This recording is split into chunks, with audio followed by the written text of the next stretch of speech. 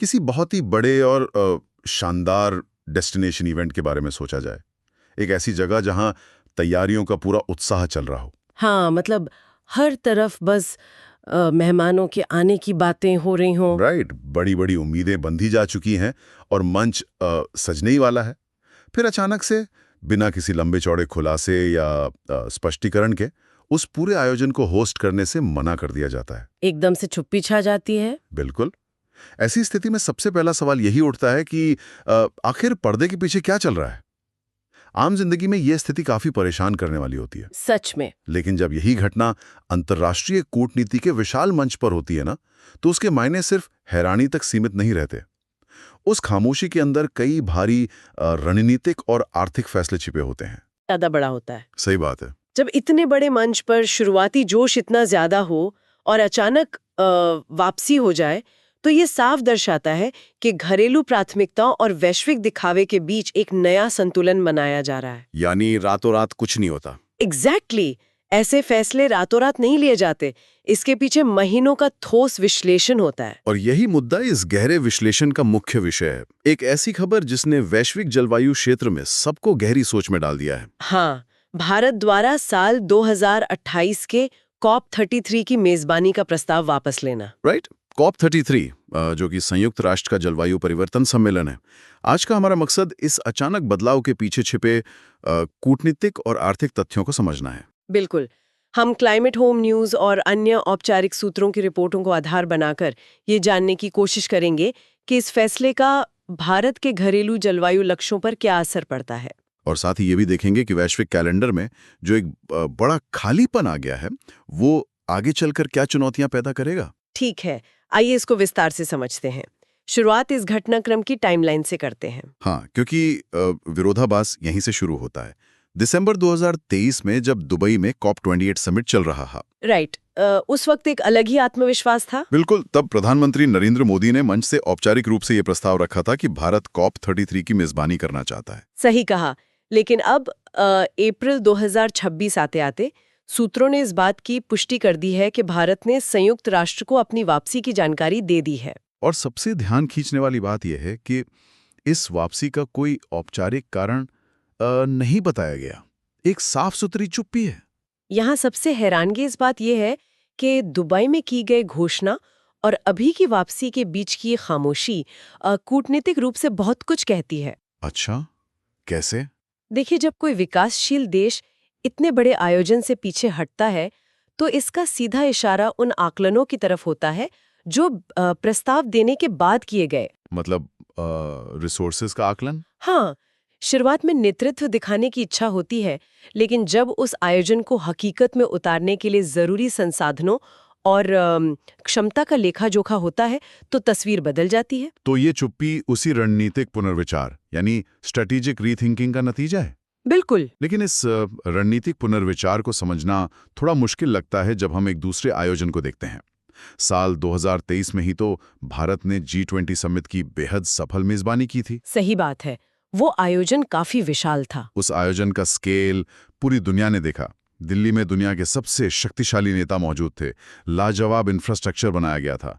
Logistics का प्रबंधन एकदम सटीक था। हाँ, उसमें कोई कमी नहीं थी। तो जिस देश ने इतनी सफलता से G20 जैसा विशाल आयोजन पूरा किया हो, क्या उसके लिए एक और समिट की मेजबानी इतनी बड़ी समस्या बन सकती थी? ये एक बड़ा सवाल है। एक साधारण नजर से देखने पर समझ नहीं आता कि ये मुद्दा क्षमता यानी कैपेसिटी की कमी का है या फिर ग्लोबल इवेंट्स की मेजबानी करने की रुचि खत्म हो गई है। G20 कर सकते हैं तो कॉप 33 क्यों नहीं? देखिए, G20 और कॉप को एक ही तराजू में तोलना एक आम भूल है। इन दोनों आयोजनों के मैकेनिक्स बिल्कुल अलग हैं। अच्छा, थोड़ा समझाइए। G20 एक तरह से दुनिया की 20 सबसे बड़ी आर्थिक शक्तियों का एक एक्सक्लूसिव क्लब है। इसका प्रबंधन विशाल जरूर है, लेकिन कूटनीतिक रूप से ब्रॉड अलाइनमेंट पर चलता है। यानी मोटे तौर पर एक दिशा तय होती है। एग्जैक्टली।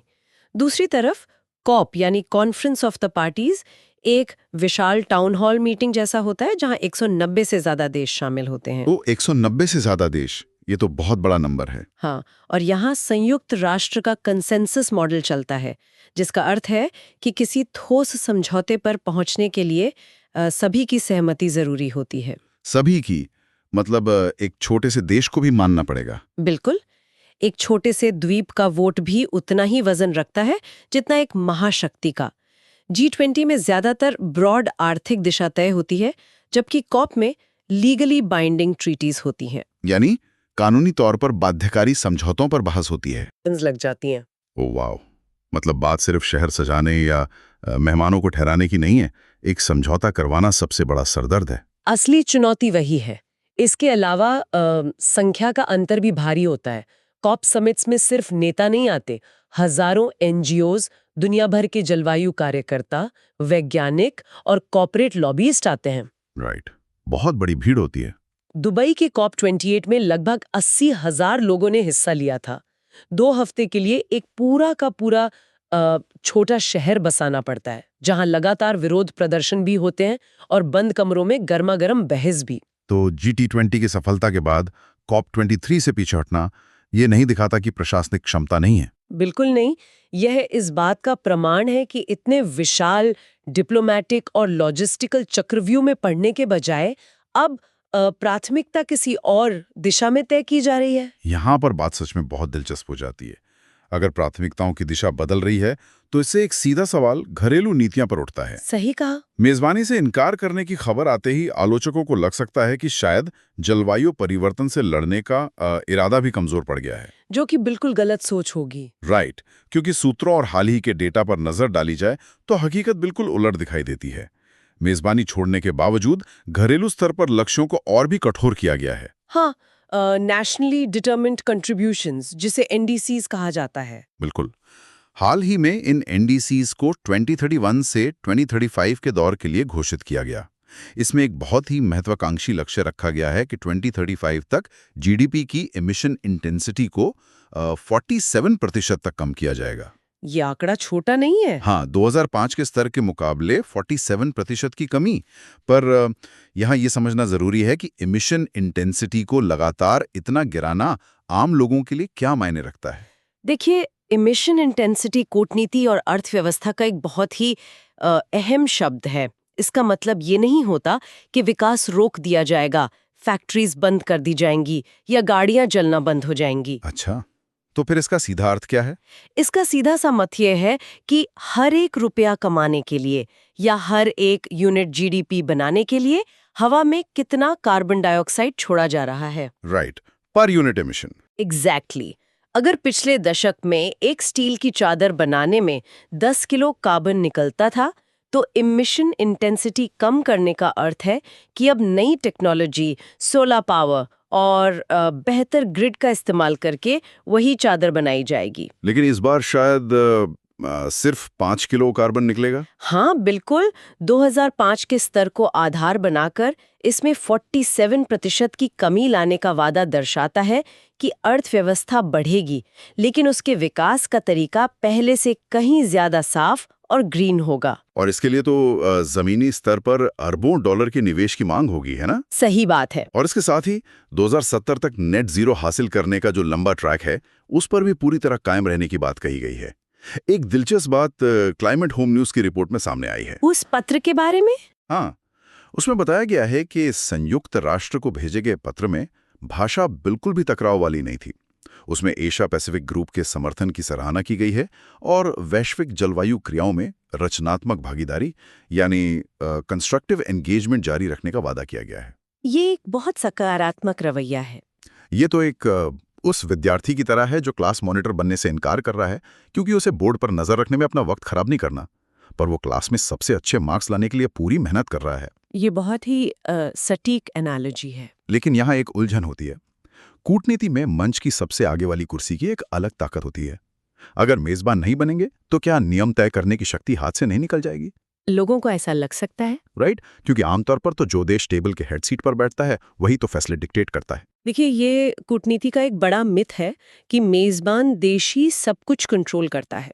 वास्तव में जब कोई देश कॉप जैसे आयोजन की मेजबानी करता है तो उस पर एक तटस्थ यानी न्यूट्रल अंपायर बने रहने का सबसे बड़ा दबाव होता है। ओह, मतलब वो अपने मुद्दे नहीं उठा सकते ठीक से। बिल्कुल, उसे अपना खुद का एजेंडा और अपनी ज्यादा मांगे पीछे रखनी पड़ती हैं ताकि दो विरोधी देशों के बीच समझौता हो सके। मेजबान को सभी को साथ लेकर चलना होता है। अच्छा, तो मेजबानी छोड़ने में फायदा भी है। हाँ, अगर मेजबानी ना की जाए तो देश टेबल पर उस जगह बैठ सकता है जहां से वो बिना किसी समझौते के अपने और बाकी विकासशील देशों के हक में पूरी ताकत से आवाज उठा सके। यानी कंस्ट्रक्टिव एंगेजमेंट का सीधा अर्थ यही है, हम रूल्स बनाने में बराबर का हिस्सा लेंगे, टेबल पर जोरदार बहस करेंगे। लेकिन टेबल सजाने और नाराज मेहमानों को मनाने का खर्च और प्रशासनिक बोझ हम नहीं उठाएंगे। ये एक तरह से अपनी आवाज की ताकत को बरकरार रखने और जिम्मेदारियों के बोझ को कम करने का बड़ा कूटनीतिक कदम है। सही बात है। ये एक नया नजरिया है कि होस्ट बनने से ज्यादा आजादी पार्टिसिपेंट बनने में है। लेकिन इस शतरंज की चाल ने अंतर्राष्ट्रीय कैलेंडर में भारी उथल-पुथल मचा दी है।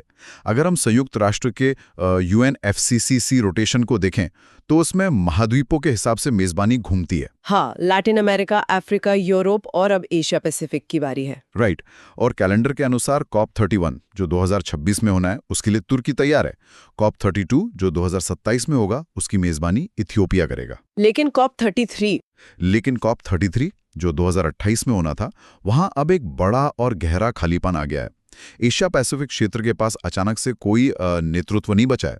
ये यूएन के लिए एक बड़ी चुनौती है। इस सूची में देखते हुए एक आम इंसान के जहन में यही बात आएगी कि 2 साल का लंबा वक्त अभी बाकी है। 2026 से 2028 के बीच तो पूरा 2 साल है ना। देखने में तो ऐसा ही लगता है। लॉजिस्टिकल चुनौतियों की बातें आती हैं, पर 2 साल में तो बड़े से बड़ा डैम बन जाता है।